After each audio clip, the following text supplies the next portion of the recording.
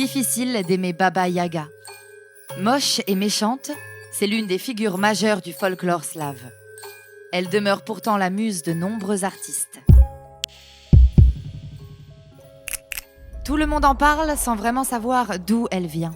Après avoir animé 1001 conversations, Baba Yaga fait son apparition à l'écrit au XVIIIe siècle, dans un manuel de grammaire russe. Diminutif de babouchka, qui signifie grand-mère en russe, le terme baba invoque l'image tant d'une paysanne aimante que d'une affreuse sorcière. Toutefois, l'étymologie de yaga, qui suggère le mal, la douleur, le tourment, ne trompe pas. Baba Yaga n'a rien pour elle.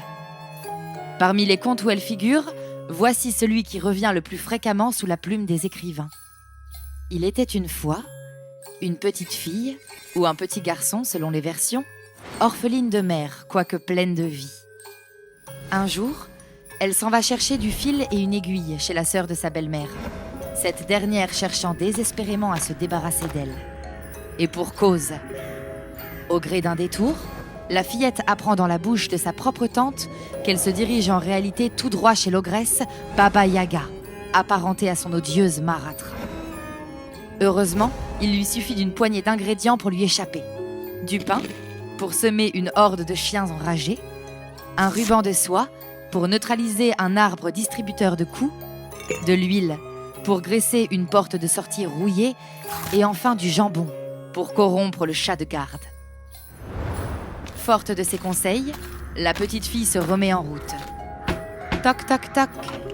Alléchée par l'odeur de la chair fraîche, Baba Yaga ouvre la porte, ordonne à sa suivante de faire bouillir de l'eau et prend congé.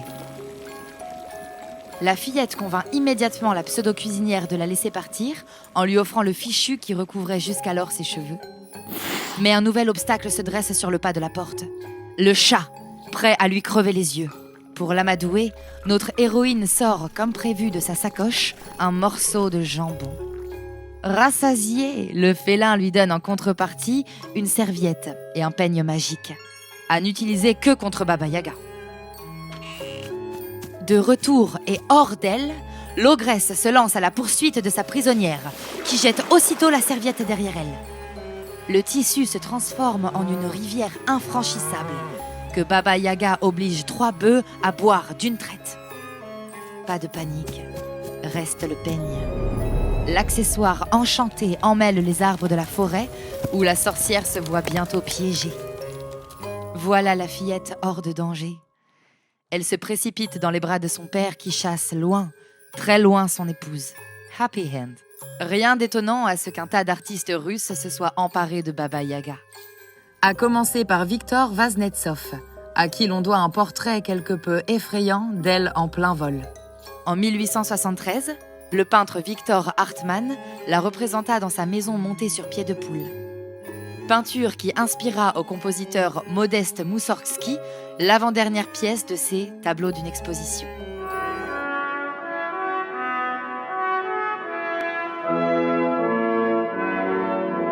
En 1878, Piotr Ilyich Tchaïkovski l'inclut dans son album pour enfants, qui mêle air italien et mélodie française. La sorcière fédère diverses disciplines et cultures, survenant parfois là où on ne l'attend pas. Dans le film Hellboy, par exemple, adaptation du comic book de Mike Mignola, où elle joue un rôle important.